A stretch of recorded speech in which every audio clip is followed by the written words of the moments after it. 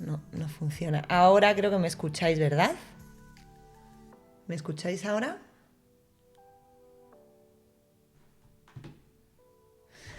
Gracias y perdón. Es que tengo un micrófono que necesita como un Scarlett y a veces como que se desconfigura. Y la única solución es desenchufar y volver a enchufar. Típica solución de informático, ¿no? Bueno, ya está solucionado, espero que me escuchéis bien y que no haya más problemillas técnicos. Estaba saludando a la gente básicamente, ¿vale? Estaba saludando a Defnica FDC que está siempre, a Carlos Reges que viene de Córdoba, Argentina, pero es venezolano y sabe Java.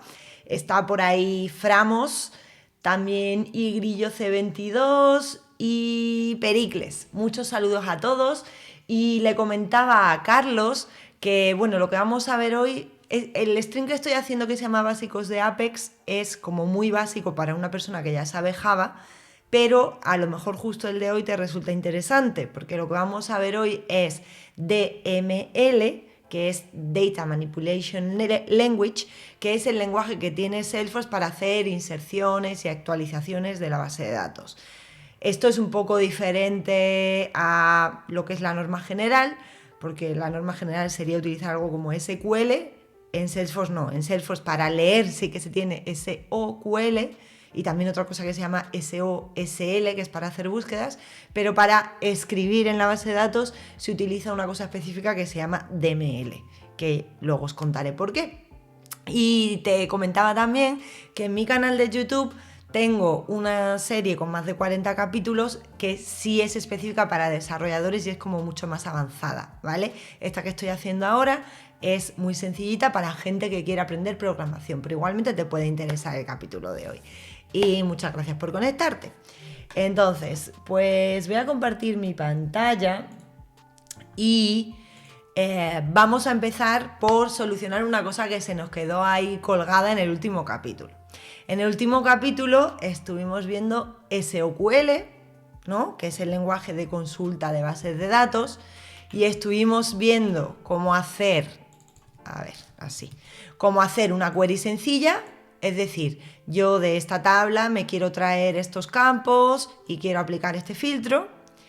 Estuvimos viendo también cómo traernos información de un padre basado en un hijo y de los hijos de un padre, ¿vale? O sea, traer consultas relacionadas.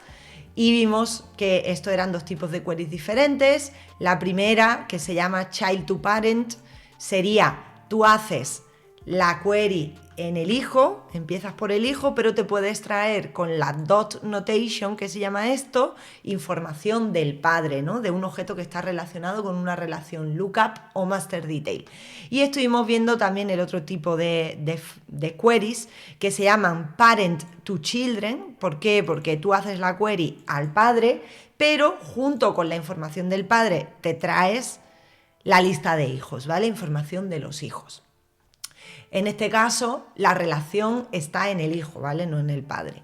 Bueno, y el caso es que se quedó por ahí, alguien me hizo una pregunta y me dijo, bueno, y en este tipo de queries tú puedes, por ejemplo, aquí lo que estábamos haciendo era traernos el nombre y el precio de los packs junto con sus hijos, ¿vale?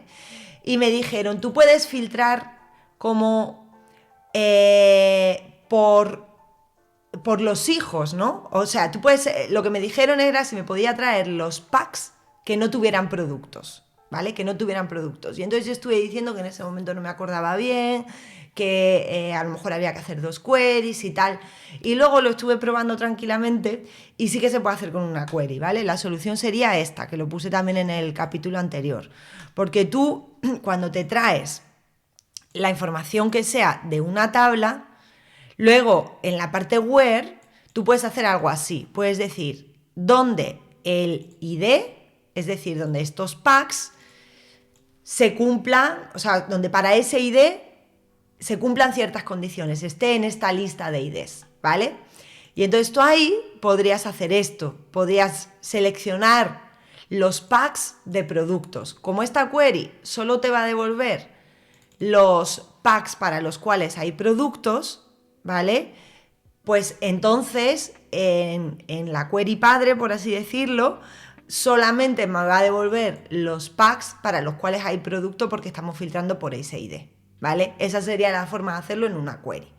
Y luego, esto lo comenté rápidamente, pero se quedó ahí un poco también que no lo especifique bien, que sería un poco hacer lo mismo, pero con el otro tipo de queries, con las queries child to parent. Pues con las queries child to parent también podemos filtrar por la información del padre, porque podemos decir, tráeme los productos donde el nombre de su padre, de su pack, sea este, ¿vale? Estas son como muy sencillas de entender porque es muy directo. De hecho, la dot notation, veis que se puede utilizar tanto en la parte del select, como habíamos hecho aquí, como en la parte del where, y es muy intuitivo.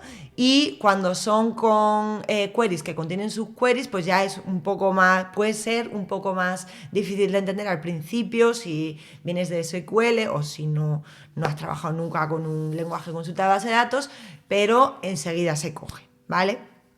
Enseguida se pilla. Genial. Pues no sé si quedó alguna pregunta sobre este tema. Si tenéis cualquier pregunta, por favor, decidme en el chat, que estoy mirándolo y estoy encantada de contestaros. ¿Vale? No hay preguntas. Está todo muy claro. Bueno, pues entonces, visto esto de las queries, bueno, voy a ejecutar las queries para que lo veáis, que no miento, ¿vale? Si pongo aquí, me voy a abrir donde tenía yo los scripts, los tenía por aquí, mi script este de queries, ¿vale? Y ahora selecciono el texto para ejecutarlo, ¿no? Y digo, busco por aquí, ejecutar query con el texto seleccionado.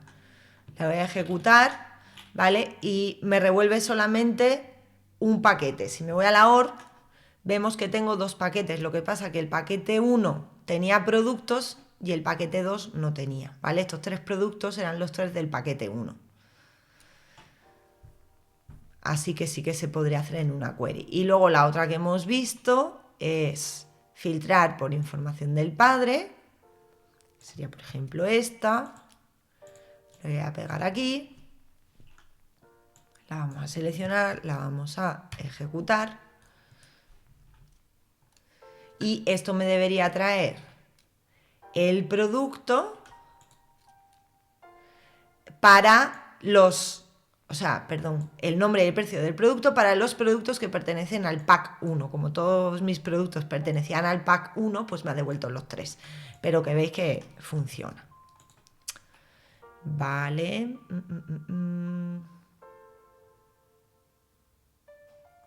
Sí, aquí realmente...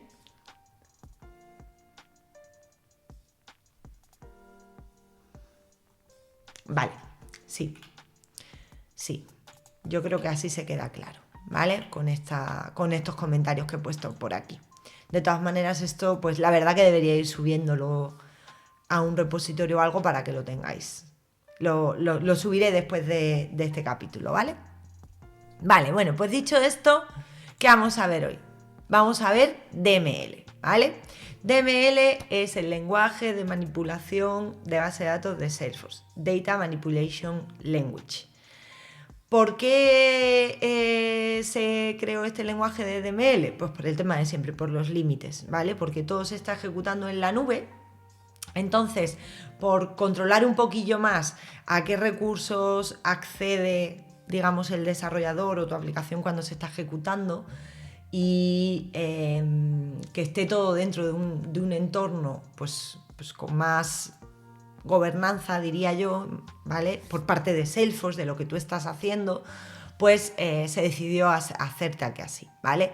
Entonces, en lugar de utilizar SOQL para hacer inserciones, actualizaciones y borrados de la base de datos, pues se utiliza otro lenguaje diferente, que es muy sencillo, lo vais a ver, ¿vale? Realmente he dicho inserciones, actualizaciones y borrados porque eso es lo más común, pero no solamente se hace eso, sino que hay dos operaciones más que serían el upsert y el delete, ¿vale? Que estos son menos comunes, pero a veces se utilizan. Upsert es cuando quieres insertar algo, un registro, si no existe en la base de datos o actualizarlo si existe, eso sería un upsert, que además los upserts se hacen con un external ID. Y undelete sería cuando has borrado algo y está en la papelera y lo quieres recuperar de la papelera, ¿vale? Esas dos operaciones se pueden hacer también con DML. DML, para ejecutar DML siempre vamos a utilizar Apex, no es como SQL que tenemos ahí como la consola donde podemos ejecutar las queries, y también se utilizan algunas partes de la plataforma, ¿vale? Como las fórmulas, y en otras partes de la plataforma vais a ver SQL. Sin embargo, DML solamente se ejecuta desde Apex. Y entonces, ¿cómo funciona? Bueno, pues lo primero que tengo que hacer es crearme como una instancia del objeto que quiero insertar o actualizar, y después voy a utilizar la palabra clave que sea junto con el objeto. Es decir, insert el nombrecito del objeto, update el nombrecito del objeto o delete y el nombrecito del objeto. Este tipo de variables, no recuerdo si las vimos ya, me parece que sí, pero doy un repasillo, ¿vale? Estuvimos viendo las primitivas, estuvimos viendo las colecciones, y creo que llegué a comentar que por cada objeto que tienes en Salesforce, digamos que automáticamente se te crea una clase de Apex que tú puedes utilizar para representar instancias de ese objeto en tu código.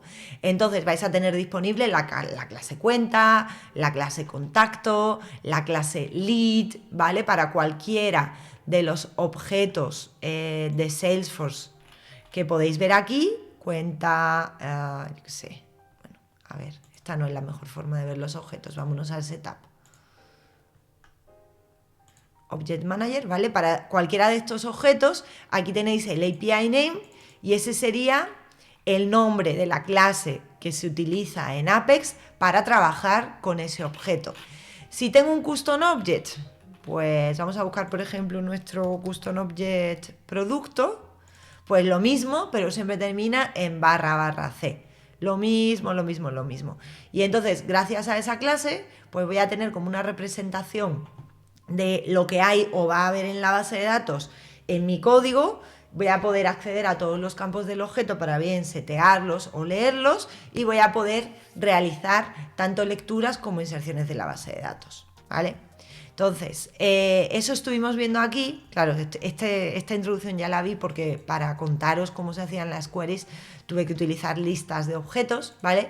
Estuvimos viendo, aunque no nos metimos en mucha profundidad, que cuando traemos, por ejemplo, productos de la base de datos, pues yo los guardo en una variable de tipo lista de ese objeto, lista de producto. ¿Que me traigo packs? Pues lo tengo que guardar en una variable de tipo lista de packs, ¿vale? Entonces, ¿cómo sería ahora para, por ejemplo, crear un objeto? ¿Vale? Insertar, vamos a ver, insertar un objeto. Un registro, mejor dicho, porque no es un objeto. Pues, por ejemplo, pongamos que quiero crearme un producto, ¿vale? Pues utilizaría el nombre de la variable para definir una variable que va a contener la definición de ese objeto. Le pongo el nombrecito que yo quiera. A mí me gusta poner, por ejemplo, product to insert, product to update, porque así luego me es más fácil cuando estoy leyendo el código saber para qué estoy creando las variables. Y lo que haríamos sería utilizar el operador new. El operador new lo que hace es crear una instancia de este objeto. Cuando tú haces string mi variable igual a también estás creando una instancia de la clase string. Lo que pasa que lo está haciendo el lenguaje de Apex por debajo y tú digamos que no haces new, ¿vale? Pero cuando estás utilizando clases ya más complejas, sí que se tiene que utilizar siempre el operador new, y se invoca el constructor de esa clase, que eso no lo hemos visto todavía, lo veremos cuando veamos orientación a objetos. Para los que sabéis Java por ahí, sabéis que es muy parecido a Java, ¿vale? Es como un código que se ejecuta en la inicialización de esta instancia. Y ya tendríamos como, digamos, nuestra posición en memoria con ese producto ahí medio creado, listo para que nosotros le añadamos valores y hagamos lo que queramos con él. Todo esto está en la memoria de nuestra aplicación, todavía no está en la base de datos, evidentemente, ¿vale? Entonces, ahora, Product to Insert tenía una serie de campos, ¿no? Por ejemplo, tenía el nombre. Vamos a poner un nuevo producto que va a ser arenero, por ejemplo, ¿vale?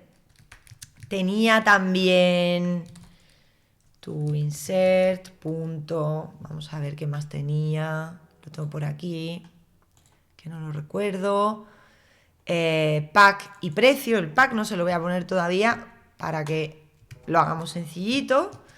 Precio le vamos a poner, yo qué sé, 30, ¿vale? Y ya estaría, ¿vale? Ya tengo yo como mi objeto ahí creado en memoria. Ahora, ¿qué ocurre? Que si yo no hago una operación de ML, el objeto no se va a insertar en la base de datos. Tengo que escribir un insert para que eso sea efectivo. Entonces, ¿cómo lo haría? Pues utilizo la palabra clave insert y luego escribo pues el nombrecito de la variable que sea, ¿vale? Entonces, ¿esto qué va a hacer? Esto es lo equivalente a si yo me vengo aquí a la interfaz gráfica, me voy a mis productos, le doy a nuevo, añado aquí un nombre, añado aquí un precio y le doy a salvar, ¿vale? El insert es exactamente igual que eso. ¿Qué ocurre? Que cuando tú insertas algo en Salesforce o actualizas o borras, por debajo van a ocurrir mogollón de cosas, ¿vale? Por debajo se van a ejecutar todas las automatizaciones que hay creadas sin código, por ejemplo, reglas de validación, por ejemplo, procesos que se han creado con Flow, ¿vale?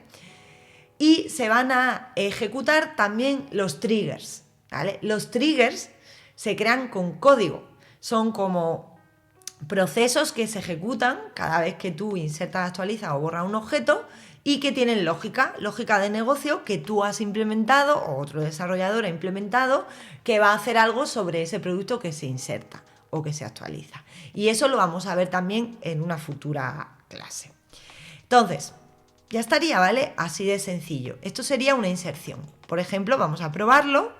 Bueno, voy a borrar esta parte de aquí porque la voy a comentar más bien, porque he dicho que lo iba a salvar o... A ver, no, vamos a hacerlo bien. Esto era el servicio de descuentos. Pues vamos a mover esto mejor al Shop Service. Vamos a crearnos aquí un nuevo método que va a ser void. Se va a llamar insertar producto. Y de momento pues lo vamos a hacer así, ¿vale? Esto... Ahí. Perfecto. Vale, pues para llamar a esto lo voy a llamar desde mi script y lo que tengo que hacer es llamar al nombrecito de la clase punto el nombrecito del método. Sencillo, ¿verdad? Entonces, aquí le digo que quiero ejecutar Anonymous Apex con los contenidos del editor. Ah, bueno, espérate, que no lo he desplegado. Si no lo despliego, esto no me va a funcionar nunca jamás en la vida, ¿vale? Me ha dicho que el método no existe, lógicamente. Pero ahora sí que lo voy a ejecutar. ¿Vale? Y aquí pues veo algo de información. Me dice que se ha ejecutado Apex Anónimo, me da información sobre los límites, ¿vale? Me dice que, por ejemplo, he gastado un DML statement. Esto ahora os explico por qué es. Esto es porque cada vez que tú realizas una operación, digamos, todo lo que ocurre en el contexto desde que esa operación empieza hasta que termina es lo que se llama la transacción. Y como estamos en la nube, hay unos límites por transacción y se pueden ejecutar como máximo 150 DML statements y 100 queries por transacción. Y eso es algo que vamos a tener que tener muy en cuenta en Salesforce, ¿vale? Bueno, y si ahora yo me vengo aquí, pues debería tener un nuevo producto que se llame arenero. aquí estos son los vistos recientemente, aquí está, ¿vale? Aquí está el producto que hemos creado. Sencillo, ¿verdad? De momento sí. Quiero saludar a Mono Ávila y dice muchas gracias por todo lo que nos enseñas. Nada, como siempre, gracias a vosotros por conectaros y yo encantada de enseñaros lo que sé. Vale, entonces, vamos a ir por pasos porque tengo aquí un montón de cosas que comentar hoy. Primero, quería comentar, ¿veis que aquí me está saliendo como un warning y aquí me está saliendo otro warning también? Estos warnings me están saliendo porque tengo activada la extensión de PMD. PMD, eso es aquí, PMD. Apex PMD, esta de aquí, ¿vale? Esta extensión lo que te hace es como un análisis estático de tu código y te da recomendaciones de cosas que están mal y deberías arreglar. ¿Qué me está diciendo aquí? Me dice, valida el permiso de CRUD antes de hacer una operación SQL o DML. Y eso es lo mismo que me está diciendo aquí, ¿vale? Valida el permiso de CRUD antes de hacer una operación SQL o DML. Vale, pues CRUD significa Create, Read, Update, Delete, ¿vale? Permisos para insertar, actualizar, leer y borrar. Entonces, esos permisos son permisos que se configuran en la OR mediante los perfiles y los permission sets. Es decir, si me voy aquí a mis permission sets, se supone que el usuario, según los permission sets y los perfiles que tenga asignados, pues va a tener permisos para crear, leer, actualizar y borrar ciertos objetos, incluso ciertos campos, ¿vale? Por ejemplo, aquí, pues el usuario que tenga el permission set buyer tiene permiso para leer cuentas, ¿vale? ¿Qué ocurre? Que si yo soy ese usuario y yo estoy en la interfaz de Salesforce y yo estoy creando productos o modificando el objeto que sea desde la interfaz gráfica, digamos que esos permisos Salesforce los va a aplicar siempre y Salesforce siempre va a comprobar si ese usuario tiene permiso o no para crear un producto o para actualizar un campo de un producto. Sin embargo, en el código Apex, por defecto no se hace, porque se da, digamos, la libertad al desarrollador para que él o ella decida si ese check es necesario de seguridad o no. Para el código que es, por ejemplo, un código tipo sistema que va a hacer, no sé, cálculos de los precios de las transacciones que se han creado por debajo, no sé qué, serían procesos, digamos, que van como por debajo, que no tienen que ver con lo que el usuario va a terminar viendo en una pantalla. Para esos procesos normalmente no hace falta añadir los checks de seguridad, ¿vale? Y aunque te venga esto, bueno, pues se pueden deshabilitar, hay una forma de deshabilitar los warnings de PMD según el fichero, ¿vale? Ahora no me acuerdo cómo es, pero es algo así como PMD disable, algo así. Y entonces le pones que no estás interesado en que te salga un warning porque está bien, porque tú conscientemente estás ejecutando esta query sin pedir los permisos. Ahora, ¿qué ocurre? Que si este es un método que se va a llamar desde la interfaz gráfica, desde un Lightning Web Component o lo que sea, pues entonces ya sí que tiene sentido chequear los permisos, ¿no? Porque si un usuario no tiene permisos por la interfaz normal de usuario para insertar un producto o setear el precio de un producto, pues tiene lógica que por un Lightning Web Component que yo creo, tampoco lo tenga. Bueno, pues dicho esto, hay mogollón de formas de chequear los permisos. Esto, bueno, se empezó a hacer hace 20 años y entonces hay una forma como súper fea que tienes que hacer algo así como if esquema.product, no lo estoy escribiendo bien, ¿vale? Es algo así, .field, .is readable. Tienes que hacer algo así como ir chequeando campo por campo y es horrible, ¿vale? Luego eso evolucionó, se añadió una cosa en las queries que era with security enforced, que no está mal, ¿vale? Está bien, funciona bien, pero es que lo último que ha salido da unos resultados mejores, tanto en cuanto a cómo funciona y en cuanto a performance, y además es lo más nuevo que hay, entonces se debería utilizar, ¿vale? Entonces, ¿cómo soluciono este problema en las queries? Pues lo que utilizo es lo nuevo que ha salido, que es el User Mode Database Operation. Simplemente digo with User Mode, es decir, lo quiero hacer como si fuera el usuario que está ejecutando este código. Lo quiero hacer bajo el contexto del usuario y bajo los permisos que tenga ese usuario. Entonces, teóricamente, con esto de with User Mode, ya se me ha quitado el warning. Perfecto. ¿Cómo hago en las queries, en las DMLs, en las operaciones DML, para hacerlas también en el contexto del usuario? Es decir, que Salesforce chequee por debajo los permisos que tiene ese usuario cuando se está ejecutando. ¿Cómo lo hago? Pues es muy fácil también. Aquí le pongo as user. Me parece que es aquí. Insert as user, ¿vale? Y entonces ya se me ha quitado ese warning. Vale, pues una cosilla por ahí. ¿Tenéis dudas, preguntas, no sé, algún comentario? Decidme por ahí, ¿vale? Que veo que estáis unos cuantos conectados y me gustaría que fuera esto útil. Vale, entonces, bueno, eso sería insertar un registro. Vamos a hacer un actualizar y un borrar, y ahora os explico lo de las transacciones un poco más, porque eso es un concepto un poco más complicado. Ismael Rupp dice que acaba de llegar. Muy bien, Ismael, pues nada, aquí estamos viendo DML, ¿vale? Luego subiré el capítulo grabado de todas formas a YouTube por si quieres revisarlo. Estamos viendo cómo insertar, actualizar y borrar productos. Bueno, registros de lo que sea, ¿vale? ¿Cómo actualizaríamos un producto? Bueno, pues le voy a pasar, por ejemplo, a este método un nombre para que repasemos un poco cómo era lo de pasar parámetros, etcétera, etcétera.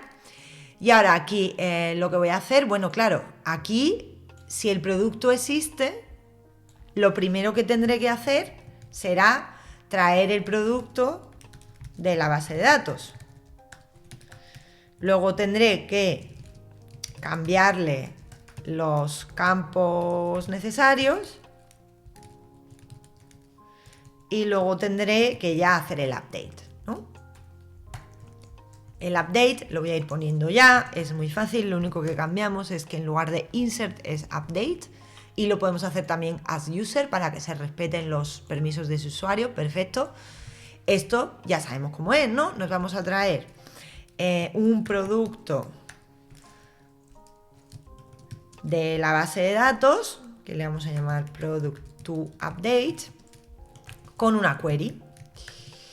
Entonces, ¿qué campos me tengo que traer en la query? Los campos que voy a tocar. Si yo aquí hago, por ejemplo, select id from product, where name igual a 2 puntos, el nombrecito que me viene por aquí, limit 1, el limit 1, acordaros que lo hago para que esto me devuelva solo 1 y no tenga que guardarlo en una lista. Esto es hacer un binding de una variable, de algo que se ha definido anteriormente y que lo quiero como insertar en esa query, ¿vale? Si yo hago esto y yo luego, o sea, digamos que esto me traería una copia del producto que hay en la base de datos, me lo guardaría en esta variable que es una posición en la memoria de mi aplicación, ¿vale? Y yo aquí voy y le cambio, por ejemplo, el nombre. Esto me va a petar, ¿vale? Esto no me va a funcionar. ¿Por qué? Porque estoy accediendo a un campo que no se ha traído en la query. Entonces yo tengo que saber qué campos voy a actualizar, por ejemplo, el precio, ¿vale? Para poder tocarlos luego, ¿vale? Le vamos a poner un precio de 50 en lugar de 30 que le habíamos puesto anteriormente. Bueno, estoy suponiendo que vamos a cambiar. Esto va a ser actualizar precio del producto. Venga, vamos a hacer así. Vamos a hacer así, ¿vale? Y así se queda hecho dinámico. Vale. Entonces, Además, ese PT os lo va a dar en tiempo de ejecución, es decir, cuando tú despliegas, te va a desplegar bien. Lo que pasa que luego te va a decir que estás intentando añadir un valor a un campo que no se ha traído y te va a dar un error. Por tanto, tenerlo siempre en cuenta. Aún así, no es recomendable traerse más campos de la cuenta por los límites, ¿vale? Todo lo que te traes ocupa memoria y hay también un límite de memoria. Entonces, hay que traerse siempre lo justo y necesario. Si yo voy a tocar solamente el precio, no tiene ningún sentido que me traiga todos los campos del registro, ¿vale? Entonces, creo que ya lo tenemos. Producto a actualizar, nos lo traemos de la base de datos, le cambiamos el precio y luego hacemos update as user. Venga, sí. Vamos a desplegar a ver qué pasa. Carlos dice, veo que los registros se colocan por métodos como en Java. A ver, que he hecho algo mal. Un momento. Sí. Este lenguaje es fuertemente tipado como Java, Carlos, entonces no le puedo asignar un string a un decimal, ¿vale? El precio está definido como un campo de tipo currency, por tanto lo debo asignar a una variable de tipo decimal y ese va a ser el tipo que va a tener este campo, ¿vale? O sea, digamos que cuando tú instancias un SObject, los tipos de variables en los que puedes almacenar los campos, pues evidentemente se mapean con los tipos de variables que tengan sentido para ese tipo de campo. Es decir, pues si es una variable de tipo texto, se va a almacenar en un string. Si es una variable de tipo currency, se va a almacenar en un decimal. Y todo así, ¿vale? Va a haber casos en los que lo puedes almacenar a lo mejor en dos tipos de variables diferentes, pues si tienes un double o un float o algo así, pero en general está como muy claro en qué tipo de variables tienes que utilizar. Venga, lo voy a desplegar y voy a intentar contestar a la pregunta de Carlos. Perdón que me han llamado al timbre, pero ya mi pareja abre. No entiendo muy bien lo que quieres decir. Veo que los registros se colocan por métodos como en Java. No sé si te refieres a cómo se pasan los parámetros o si te refieres a otra cosa. Intenta explicármelo un poco mejor, ¿vale? Que no lo tengo claro. Vale. Me dice aquí, variable no existe. Product to insert, pues claro que no existe, ¿vale? Porque se llama product to update. Porque yo la variable la había definido, la de product to insert, en otro método diferente. Por tanto, el scope de este método es diferente del de este. Esa variable, product to insert, solo existe en este método. En este no existe.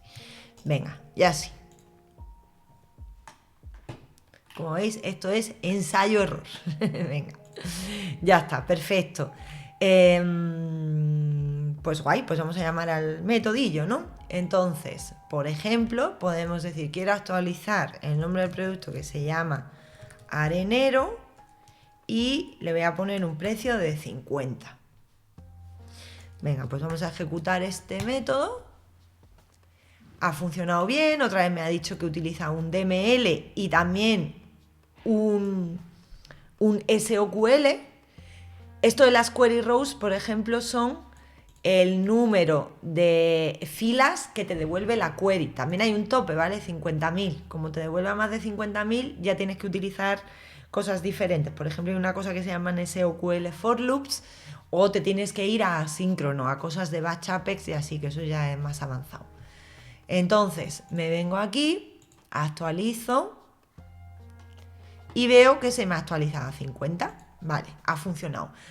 Recuerdo, cada vez que yo hago esto, update o insert, se está ejecutando por debajo mogollón de cosas, todo lo que tenga montado de forma declarativa y todos mis triggers, ¿vale? Además se ejecutan en un orden específico que cuando te vas haciendo experto en Salesforce tienes que tener en cuenta, ¿vale? Os lo voy a enseñar, no os asustéis.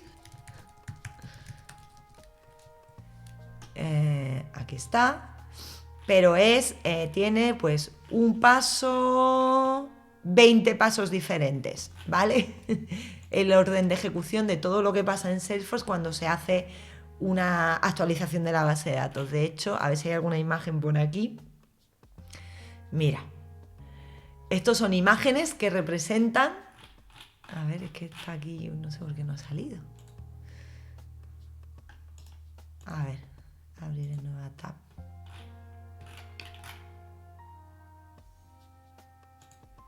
Aquí está, ¿vale? Pues fijaros todo lo que ocurre cuando estamos haciendo una inserción o una actualización, ¿vale? Se cargan los registros, se hacen las validaciones, se ejecutan los triggers que te puedes definir como en Flow, se ejecuta la parte before de los triggers que tengas escritos, se ejecutan por ahí también las reglas de autorrespuesta para los casos y todo eso, las workflow rules, que es una cosa antigua, las escalation rules, que eso sería también para los casos, los roll-up summary fields, que eso es como una forma que tienes de calcular valores en la base de datos por medio de la definición de, digamos, lo que haces es como definir una fórmula que se va a ejecutar sobre los hijos, ¿vale? Para hacer un cálculo. Entonces puedes calcular, pues yo qué sé, la media de lo que sea. Y eso es un cálculo que se hace y se guarda la información en el parent, que es diferente de lo que son las fórmulas, que las fórmulas, o sea, los rollups son los que se guardan y las fórmulas no se guardan, se evalúan en tiempo de ejecución. Y finalmente, bueno, pues por aquí tienen que estar los after triggers, ¿vale? No sé dónde están ahora mismo. After Saber Record Trigger Flows, ¿vale? Esos serían los after triggers. Bueno, pues eso lo que os digo, que es un poco, es bastante avanzado. Si venís del mundo de la administración, seguramente lo conozcáis bien. Y si no, si venís del mundo fuera de Salesforce, pues que sepáis que eso existe y que en algún momento pues lo vais a tener que conocer un poco, porque influye en la lógica de negocio como la programas, ¿vale? Y para no volverte loco. Bueno, y ya está, ¿vale? Y un borrado pues sería muy sencillo, lo hago también, pero os lo podéis imaginar. Borrar producto, lo voy a borrar también por su nombre. Evidentemente me lo tengo que traer de la base de datos, ¿vale? Y una vez me lo traigo de la base de datos, pues le hago delete.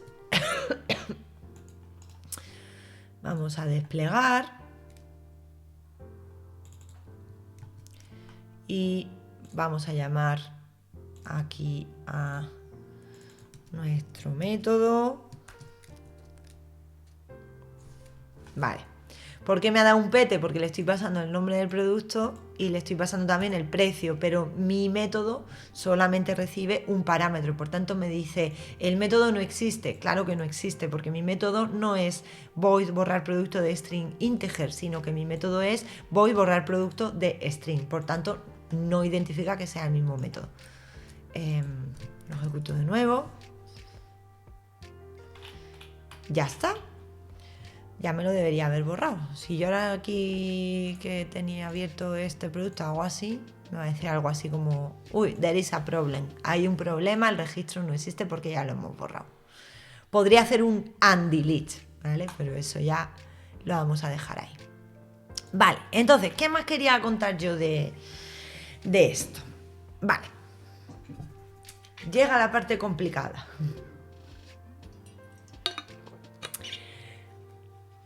A ver, voy a ver primero el chat que veo que me han escrito. Dice Carlos, disculpa, los métodos se escriben igual a Java. Sí, Apex es muy parecida a Java, ¿vale? Tiene algunas cosas específicas, como esto del DML y los límites y los procesos asíncronos, por ejemplo, pero se parece bastante a Java, con la diferencia de que no tienes que estar importando librerías ni nada, porque digamos que todo está ahí, ¿no?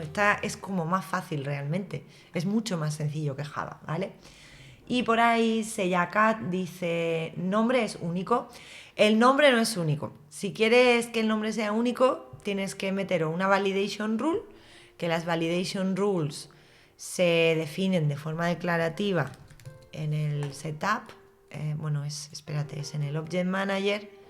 Te vas a el objeto que sea y ahí tienes validation rules, ¿vale? Y aquí se pueden hacer como unas reglas de validación que es como una formulita y tú dices, si esta condición se cumple, dame un error.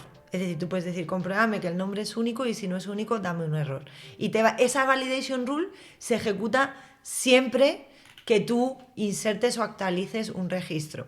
Es parte de esa cadena de cosas que se ejecuta cuando tú haces un insert o un update, ya sea por la API, por la interfaz de usuario, por tu código de Apex, por donde sea, ¿vale? Lo hagas por donde sea.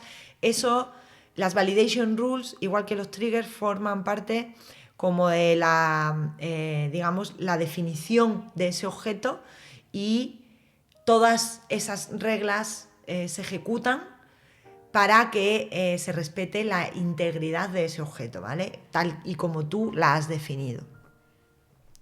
Y la otra forma sería en un trigger, ¿vale?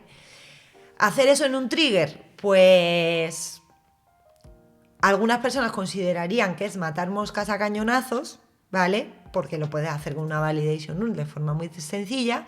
Otras personas te dirían que prefieren tener todo en el código para que todo esté como muy clarito en el sistema de control de versiones y demás, ¿vale? Yo suelo hacer muchísimas cosas por código por ese motivo, ¿sabes? O porque esa validación yo luego quiero que sea reutilizable por el motivo que sea, ¿vale? Pero sí que es verdad que se puede hacer muy sencillo sin tener que utilizar código, y también hay muchos clientes que no quieren que utilices código porque luego para ellos es mucho más fácil mantenerlo si está hecho sin códigos. Por ejemplo, si quieren cambiar el nombrecito del error que sale o lo que sea, ¿vale? Eso serían las validation rules. Dice Seyakat, el problema si no es único es que puedes borrar un registro que no quieres. Ya, mira, esto que estoy haciendo yo aquí son ejemplos tontos, ¿vale? Yo no estoy... O sea, esto no sería una buena práctica realmente. Realmente si quisiera borrar un producto, debería borrarlo por su ID. ¿Qué pasa? Que si quiero trabajar con IDs, ahora mismo con estas pruebas que estoy haciendo, tengo que estar viniéndome aquí y copiando el ID del producto que sea. Y no es muy bonito para enseñar a programar, ¿vale? Pero sí, no debería estar ni borrando por nombre, ni actualizando precios del producto, ni haciendo este limit 1, porque yo podría tener varios productos con varios nombres, ¿vale? Y estar trayéndome el equivocado. Si implemento esa validación de que el nombre sea único, pues entonces sí que podría hacer algo así, ¿vale? Con más calma, pero aún así siempre es mejor trabajar como por IDs que por nombres. Gracias por tu comentario, Seyakat. Dice que tuvieron un problema con eso. Claro, es que esto es un problema muy típico, ¿vale? Lo de que el nombre no sea único. Y dice JL Code, dice, hola, saludos desde Colombia. Justo encuentro tu canal navegando en la categoría de desarrollo. Me interesa ingresar al mundo Salesforce. Gracias por compartir tu conocimiento. Pues mira, JL Code, aquí llevo un tiempecillo haciendo streaming. Tengo una serie que es como para desarrolladores más avanzados, y tengo otra que es para gente que está aprendiendo programación desde cero. El capítulo de hoy es de programación desde cero. Y si te vas a mi canal de YouTube vas a poder encontrar todos los capítulos de la otra serie, que pienso seguir haciendo. Lo que pasa que ahora no tengo mucho tiempo y entonces, bueno, pues voy avanzando como puedo, ¿vale? Y Seyakat que me ha entendido. Guay. Bueno, pues venga, pues ya os decía, os voy a explicar la parte complicada, bueno, más complicada diría yo, de la clase de hoy, aparte de esto que os he contado del order of execution. Os he contado un montón de cosillas, os he contado lo de la seguridad, que es importante, lo del orden de ejecución, y ahora os voy a contar esto. Vale, pues ¿qué ocurre? Que cuando yo inserto en la base de datos, ¿vale? Cuando yo leo de la base de datos es más raro que haya un error, pero cuando yo inserto algo en la base de datos es muy común que haya un error, ¿vale? ¿Por qué? Pues por cosas como las validaciones, ¿vale? Si yo estoy insertando este producto de aquí, resulta que hay una validación que me dice que el precio no puede ser menor que 30 o menor que 40, ¿vale? Me va a saltar un error. Esa validación no importa si está creada de forma declarativa o por código, me va a saltar igual en mi código Apex. Me va a venir una excepción, que es un error, que va a saltar aquí, o sea, se va a venir ejecutando por aquí este código, y cuando se haga este insert va a saltar un error, ¿vale? error. Ahora, ¿qué pasa con ese error? Ese error, si yo no hago nada con él, se va a propagar hacia arriba y le va a llegar, digamos, a quien invocó este método. Si a lo mejor lo he invocado, ahora estamos haciendo pruebas, lo he invocado desde aquí. Voy a borrar ya esto. Un momento, aquí. Voy a cerrar esto también, vale. Yo lo he invocado desde aquí, pues me va a dar el error cuando yo lo ejecute, ¿no? Pero lo más normal es que yo esté llamando a este método pues desde un trigger, desde un Lightning Component, etcétera. Entonces me va a llegar ese error a ese Lightning Component, ¿vale? Que no es necesariamente malo, pero hay otra alternativa que yo puedo llevar a cabo, ¿vale? Que sería controlar ese error yo, ¿vale? Para eso hay una cosa que se llama los bloques try-catch, que lo que te permiten es controlar el flujo de ejecución cuando hay una excepción, ¿vale? Y se escriben tal que así.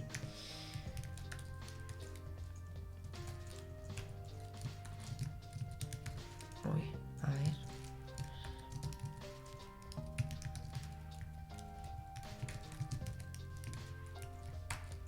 Vale. Entonces, ¿esto qué significa?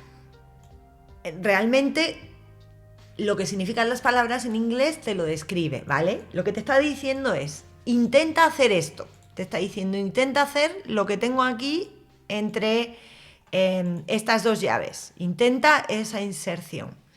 Ahora dice, que no me da error. Pues esto va a seguir por aquí, ¿vale? Sigue por aquí si no hay error. Ahora, ¿que me da error?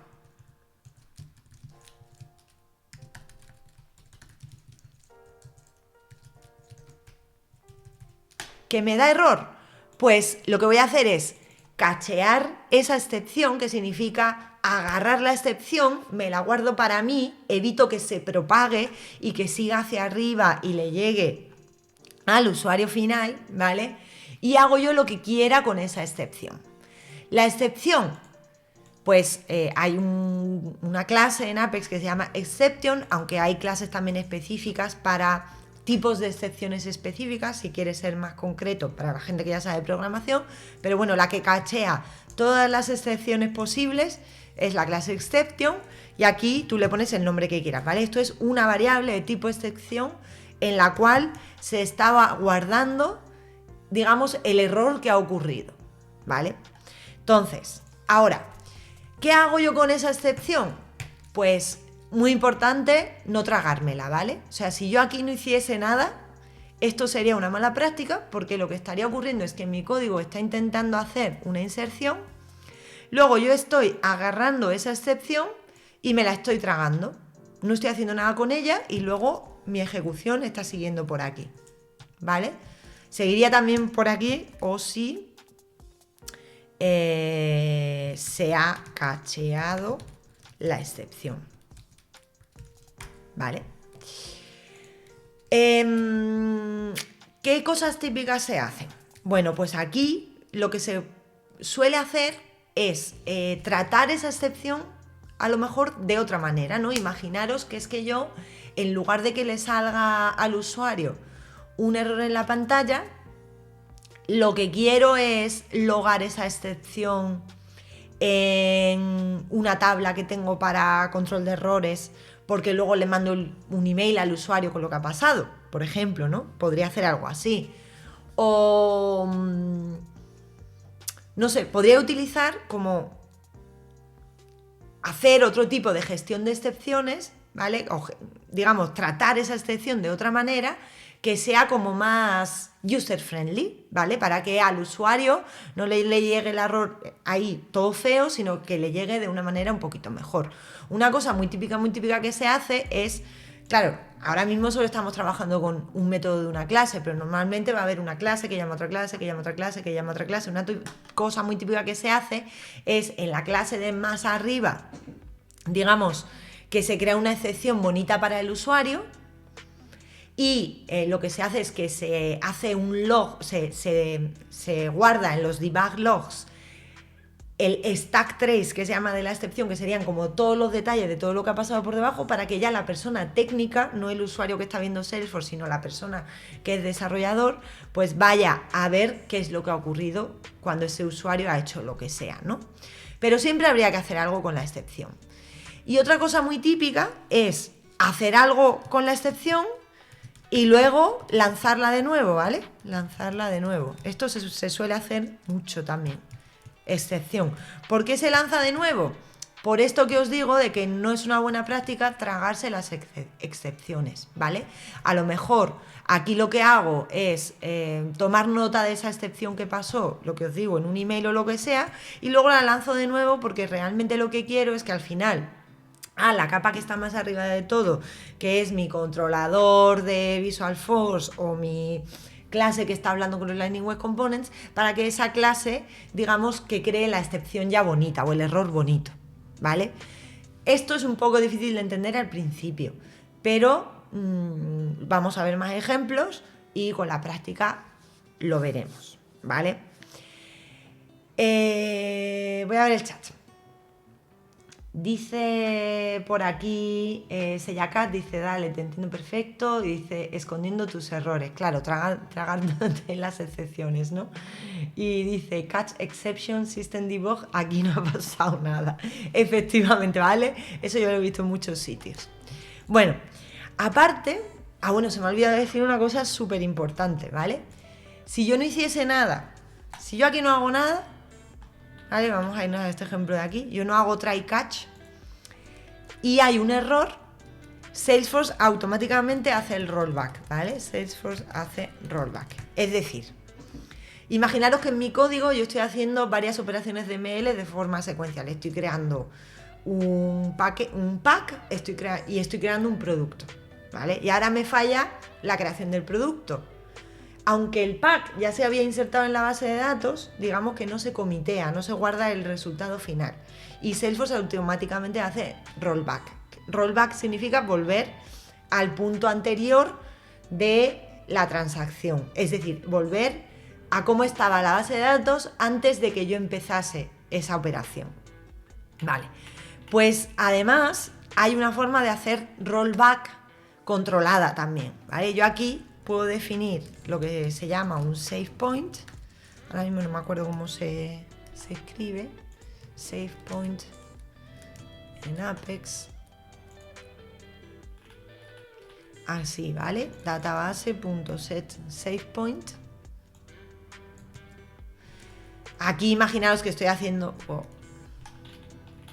Vale.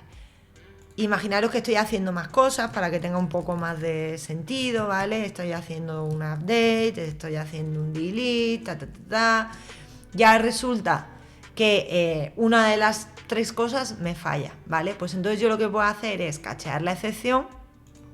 Luego lo que puedo hacer es restaurar el save point, que tampoco me acuerdo cómo era, así, de forma manual, y ya pues lanzar la excepción de nuevo o hacer lo que sea, ¿vale? Aquí, ¿qué estoy haciendo? Estoy volviendo la base de datos al estado que tenía aquí, es decir, ni el insert se guarda, ni el update, ni el delete. Si yo no hiciera esto en este caso y tampoco lanzase la excepción, pues se quedaría, digamos, esta operación incompleta, ¿vale? No se haría de forma atómica, es decir, no se... Una operación... O sea, hay veces que por reglas de negocio es necesario que funcione o todo o nada, ¿no? O sea, o me funciona el insert, el update y el delete todo junto, o si uno de los tres fallas, ya rompo la integridad de mi base de datos y no tiene sentido. Pues si yo no hago el rollback y tampoco lanzo la excepción para que se haga el rollback automático, pues puede pasar esto, ¿vale? Entonces es algo a tener en cuenta. De nuevo, un tema un poco más avanzado. ¿Qué más os iba a comentar yo? Bueno, se me ha olvidado comentar la definición de transacción, ¿vale? La definición de transacción es todo lo que ocurre desde que tú, digamos, llamas a Salesforce desde un punto de entrada, que puede ser tu Lightning Component, la API, puede ser estas llamadas que estamos haciendo aquí en el Anonymous, Apex, ¿vale?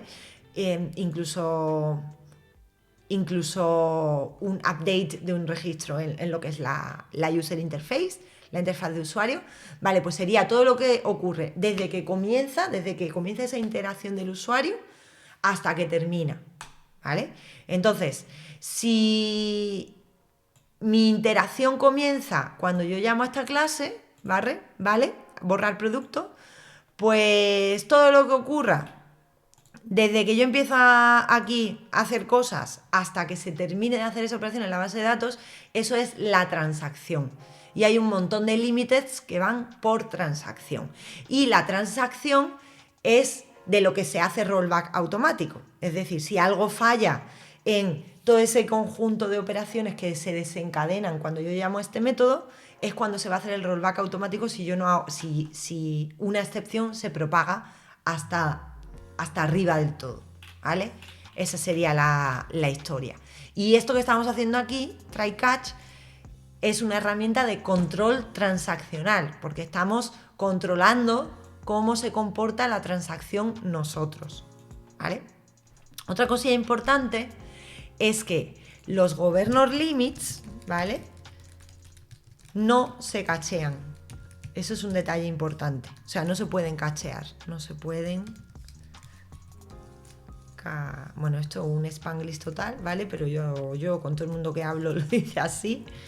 Cachear, ¿vale?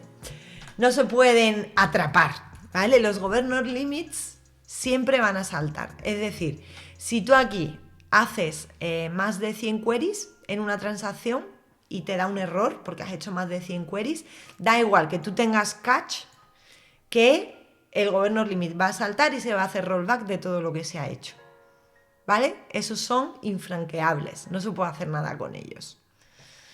Una putadilla muchas veces.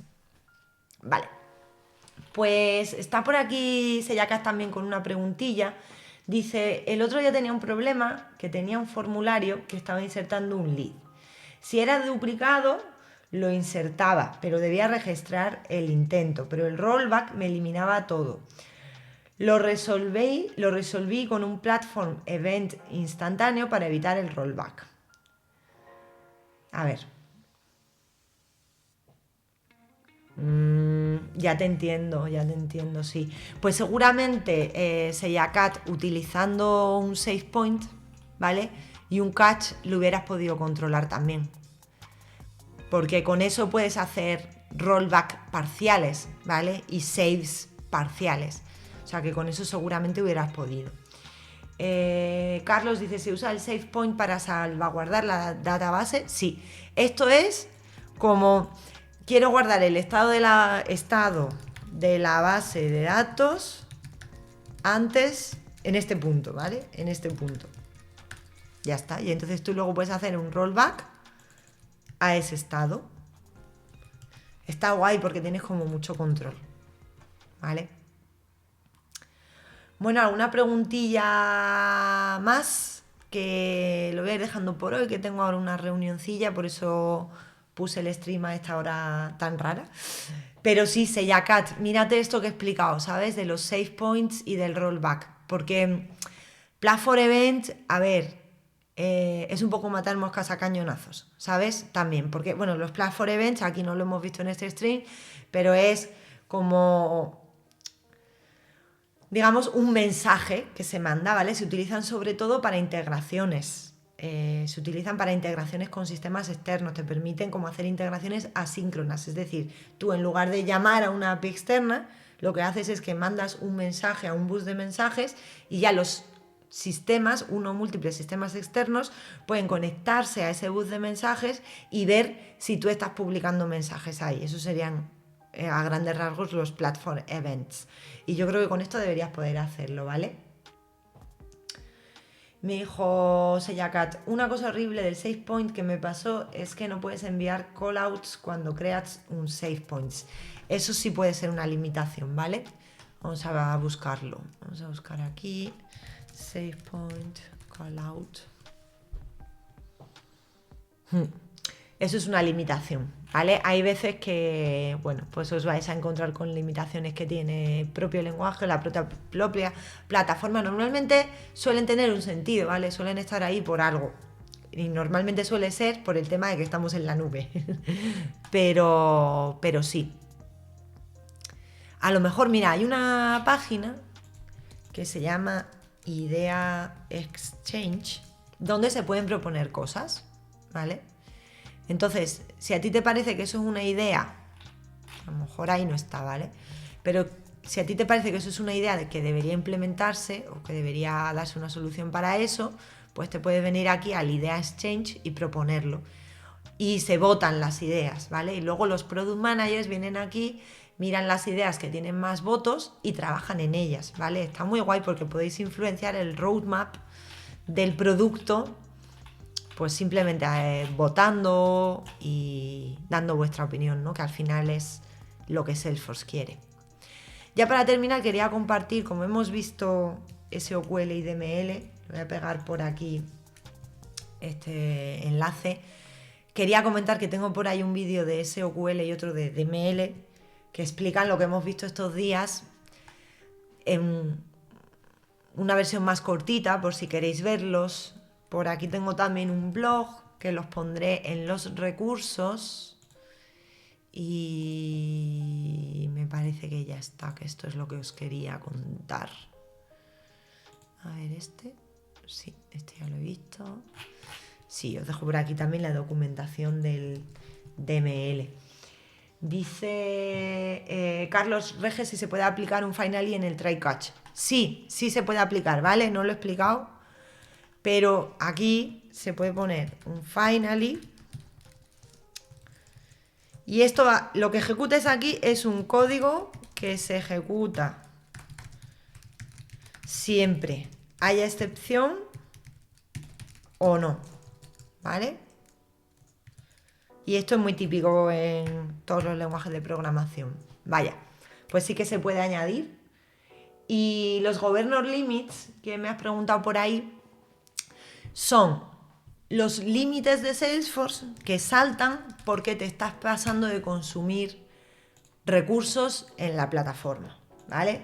Por ejemplo, el que comentaba antes, hay algunos que son transaccionales, es decir, hay uno que es que tú en una transacción, tu código no puede hacer más de 100 queries. Tu código y todo el código que hay en la organización, no solo el que has montado tú, ¿vale? Y esto es muchas veces un quebradero de cabeza para los desarrolladores, porque hay que hacer un código muy eficiente para que no te estés pasando de queries ni pasando de operaciones de MLs, ¿vale? A mí me mola porque tienes que hacer un código muy eficiente, muy limpito, muy clarito y me parece una cosa buena. Y claro, también tu programa va a ser más eficiente, ¿no? Debido a eso, pero hay gente que le trae de cabeza porque es verdad que hay muchas veces que son difíciles de resolver, especialmente cuando estás en un proyecto muy grande y tú no has hecho la mayoría del proyecto, a ti te han mandado que modifiques una cosa que no funciona muy pequeñita y de repente te empieza a dar un límite. Y no es tu culpa, es culpa de que haya una implementación que lleva un siglo, ¿vale? Entonces hay los límites por transacción, que son de los que más os vais a tener que ocupar los desarrolladores, pero hay límites para todo, ¿vale? Por ejemplo, pues, límite de Apex, ¿vale? Por ejemplo, a ver, que había por ahí uno que era también límite de fichero. Bueno, no lo encuentro ahora mismo, ¿vale? Pero ahí, veniros a esta página y echarle un ojillo porque hay mogollón de límites que hay que conocer, ¿vale? De todas maneras, los más típicos que os van a empezar saltando va a ser el de SQL, el de DML y el de heap size, diría yo, ¿vale? Que es como el de la memoria, está la memoria llena. Estás utilizando muchas cosas en memoria. Esos serían los más típicos, que son estos de aquí arriba. Dice Seyakat, si Eso es a veces porque los queries son tan complicados cuando hay loops, pero ya le he cogido el tino, sí.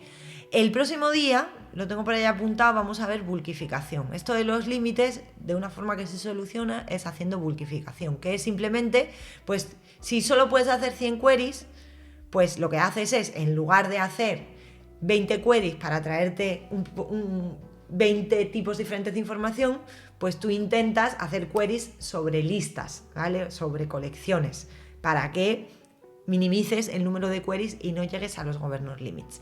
Y esto al principio también es un poco complicado, especialmente en los triggers, pero es importante y hay que hacerlo, no queda otra, ¿vale? Bueno, chicos, os voy a ir dejando porque tengo ahora eso, una reunioncilla, pero me alegro muchísimo de haber hecho el capítulo de hoy, creo que ha venido bien y que ha quedado bien, y os agradezco muchísimo a todos los que habéis estado conectados, ¿vale? La semana que viene no creo que streamee porque voy a estar un poquillo de vacaciones, pero volveré en enero. Y seguimos con este tema y también con otros temas. Mañana, por cierto, a las 7 de la tarde hora española, hago un stream que es avanzado, muy avanzado, de hecho, sobre tema de Lightning Web Components en el canal de YouTube, ¿vale? Ese es en inglés, pero mi acento es muy españolizado, por lo tanto me vais a entender perfectamente. Bueno, un saludo, que vaya todo muy bien, buena semanita, chao.